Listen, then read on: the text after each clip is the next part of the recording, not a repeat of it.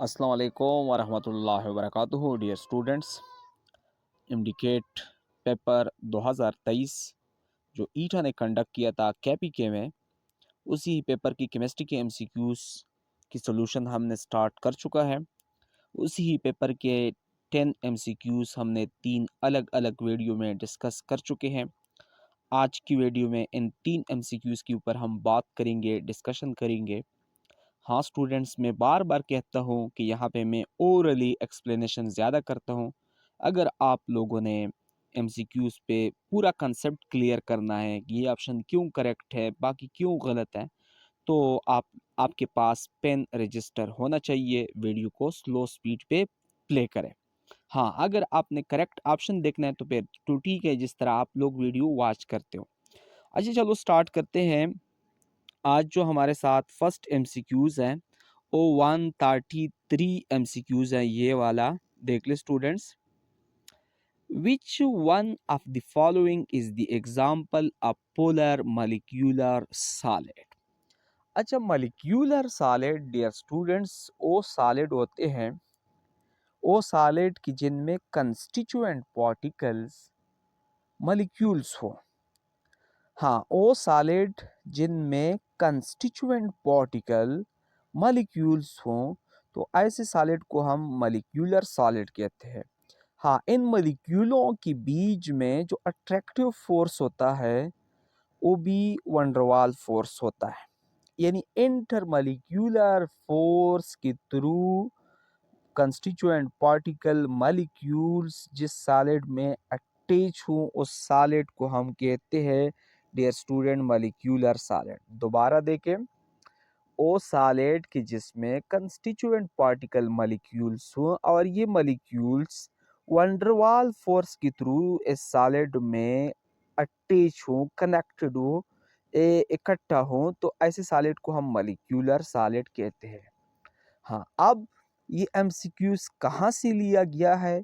ये MCQs first year chemistry का unit number 6 यानी स्टेट ऑफ मैटर 3 सॉलिड के चैप्टर से लिया गया है। सॉलिड के चैप्टर में एक टॉपिक है types of solid on the basis of chemical bonding intermolecular force, वहाँ से ये लिया गया है।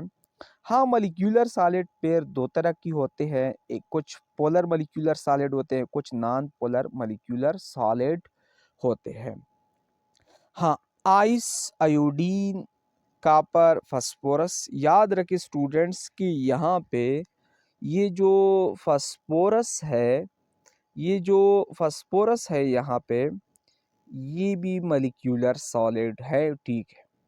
यहाँ पे ये जो कॉपर है, कॉपर, ये डियर स्टूडेंट्स मेटेलिक सॉलिड है, ना कि ये मॉलिक्यूलर सॉलिड। क्या कहा कि यहाँ पे ये कॉपर ये मॉलिक्यूलर सॉलिड नहीं है, ये बल्कि मेटेलिक सॉलिड है। क्या है? मेटेलिक सॉलिड है। सबसे पहले तो ये नोट कर दें कि ये मेटेलिक सॉलिड है। हाँ, उसके बाद स्टूडेंट्स कि ये जो बाकी दो है, आयोडीन है और आइस है।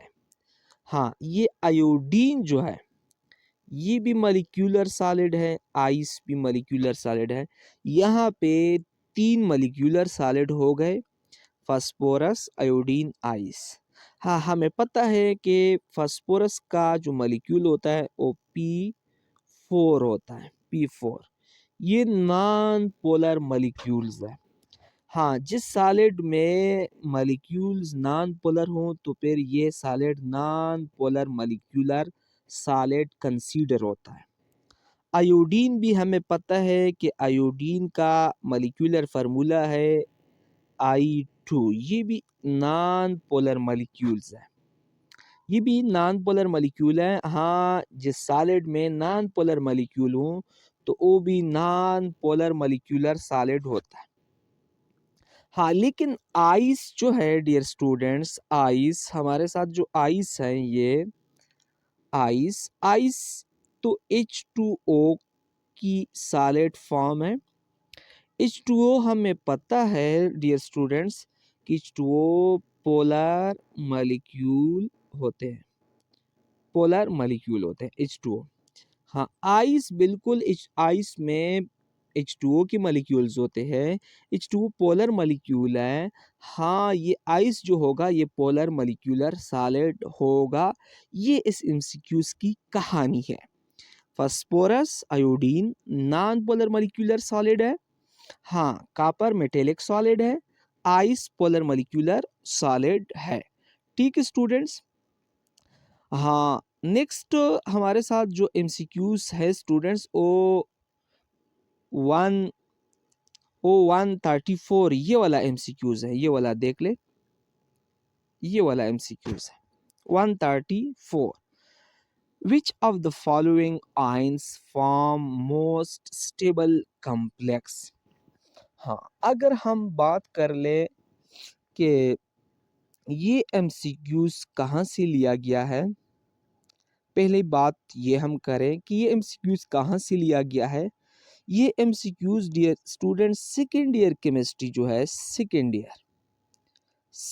ईयर केमिस्ट्री का जो यूनिट नंबर सेकेंड है, डी ब्लॉक एलिमेंट वाला जो चैप्टर है, डी ब्लॉक एलिमेंट वाला जो चैप्टर है, वहां से ये एमसीक्यूज लिया गया है। अच्छा, सबसे पहले बात अगर हम कर ले इस एमसीक्यूज में कि कॉम्प्लेक्स कंपाउंड क्या होते हैं। ये complex compound, what is complex compound ये। हाँ स्टूडेंट, हम शॉर्टकट ये कहते हैं कि कॉम्प्लेक्स कंपाउंड्स ये वो कंपाउंड्स होते हैं कि जिनमें सेंट्रल मेटल एटम और लीगेंड के दरमियान कोऑर्डिनेट कोवेलेंट बॉन्ड्स हों। तो ऐसे कंपाउंड्स जिनमें लीगेंड्स और सेंट्रल मेटल एटम के बीच में कोऑर्डिनेट कोवेलेंट बॉन्ड्स हो, तो ऐसे कंपाउंड्स को हम कहते हैं कॉम्प्लेक्स कंपाउंड्स।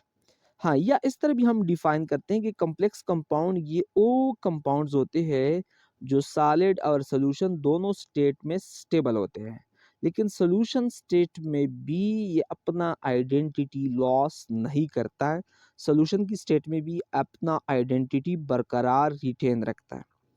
अच्छा, याद रखिए स्टूडेंट्स कि यहाँ पे अगर हम देख ले, कहते हैं कि किस फॉर्म में, किस ऑक्सीडेशन स्टेट में कॉम्प्लेक्स कंपाउंड स्टेबल होगी।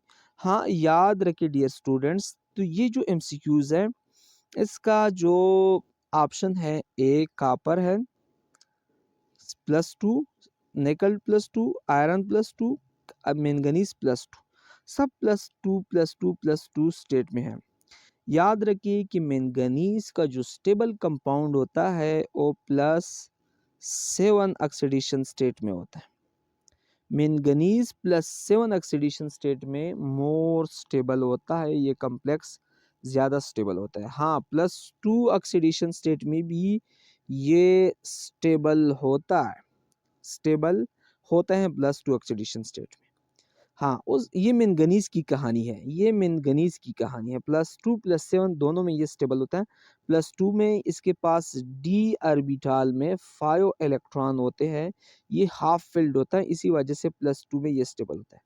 हाँ, +7 में इसके पास डी ऑर्बिटल वैकेंट होता है, 0 होता है, लेकिन इस ऑक्सीडेशन स्टेट में ये स्टेबल होता है क्योंकि यहाँ पे इसका जो कोऑर्डिनेशन नंबर होता है वो पेयर कोऑर्डिनेशन नंबर 5 होता है, तो ये कंप्लीट हो जाता है। अच्छा, आयरन जो है डियर स्टूडेंट्स, आयरन जो है यानी Fe, ये आयरन +3 ऑक्सीडेशन स्टेट में स्टेबल होता है। ये आयरन की बात कर रहा हूँ, आयरन +3 ऑक्सीडेशन स्टेट में स्टेबल होता है।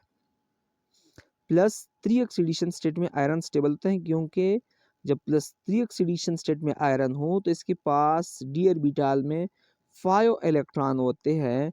ये डी ऑर्बिटल 5 पे हाफ फिल्ड हो जाता है। जब हाफ फिल्ड इलेक्ट्रॉनिक कन्फिगुरेशन किसी के अंदर हो तो वो स्टेबल होता है।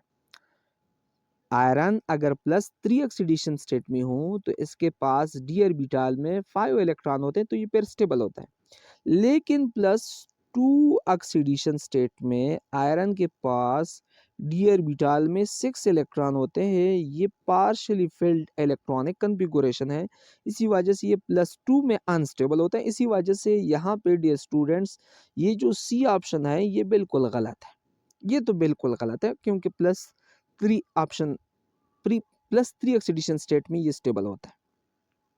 उसके बाद अगर हम निकल को आ जाएं डियर स्टूडेंट्स, निकल को, निकल डियर स्टूडेंट्स प्लस निकल जो है ये बेशक निकल जो है निकल ये +2 ऑक्सीडेशन स्टेट में स्टेबल होता है।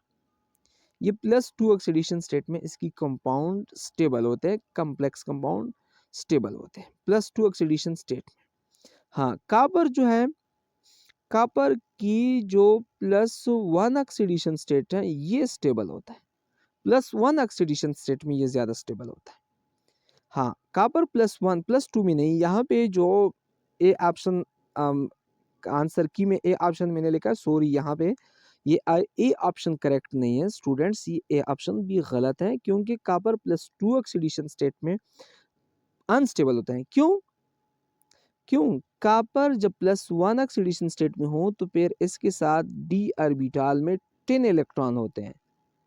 कॉपर जब +1 ऑक्सीडेशन स्टेट में हो तो डी ऑर्बिटल में 10 इलेक्ट्रॉन होते हैं। सिर्फ 4 एस ऑर्बिटल जो होता है वो 0 होता है। एक ऑर्बिटल वैकेंट होता है, दूसरा कंप्लीटली फिल्ड होता है। इसी वजह से +1 ऑक्सीडेशन स्टेट में कॉपर स्टेबल होता है।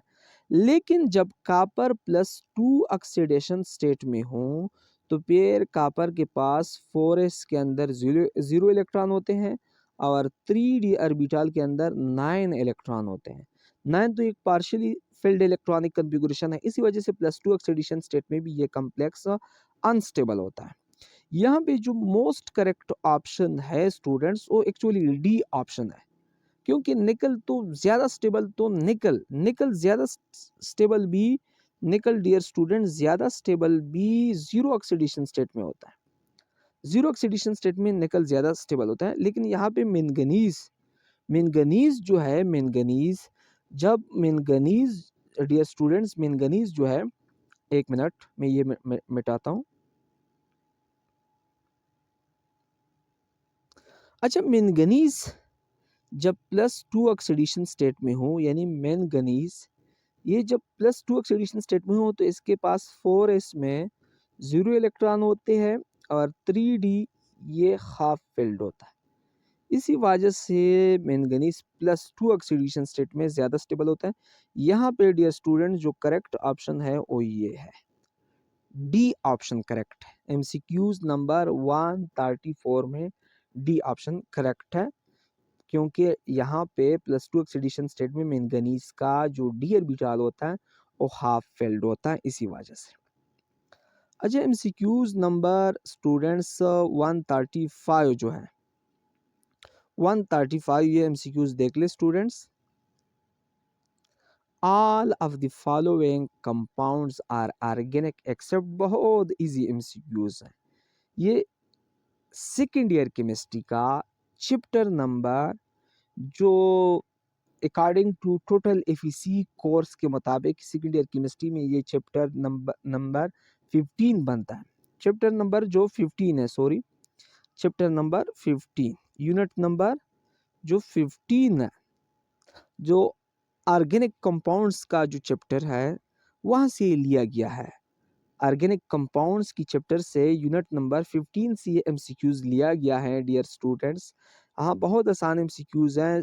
ए ऑप्शन को देखें, पोटाशियम सायानेट इनऑर्गेनिक है। हाँ, क्योंकि हमने पढ़ चुके हैं कि carbon based compound are called organic compound except cyanate, cyanide, carbon dioxide, carbon monoxide, carbonate, bicarbonate etcetera. क्या कहते हैं कि वो कंपाउंड जिनमें कार्बन्स हो तो वो कंपाउंड्स ऑर्गेनिक कंपाउंड्स होंगे, लेकिन except carbonate, bicarbonate, cyanate, cyanide, carbon monoxide, carbon dioxide. तो ये हमारे पास ये जो ए ऑप्शन है डियर स्टूडेंट्स, ये ए ऑप्शन वाला ये कंपाउंड ये सायानेट है। सायानेट है, सायानेट। सायानेट क्या होते हैं स्टूडेंट्स? ये इनऑर्गेनिक होते हैं। बाकी बी ऑप्शन को देखिए ये अल्कोहल है, सॉरी अल्कोहल नहीं, फिनोल है, फिनोल, फिनोल तो हमें पता है कि ऑर्गेनिक है। डी ऑप्शन को देखिए ये अल्कोहल है, मिथानोल है, मिथानोल, ये भी ऑर्गेनिक है। सी ऑप्शन की तरफ देखे ये कंपाउंड, ये भी एसीटोन है, एसीटोन, एसीटोन ऑर्गेनिक है। ए ऑप्शन जो है ये इनऑर्गेनिक कंपाउंड है। ठीक है स्टूडेंट्स।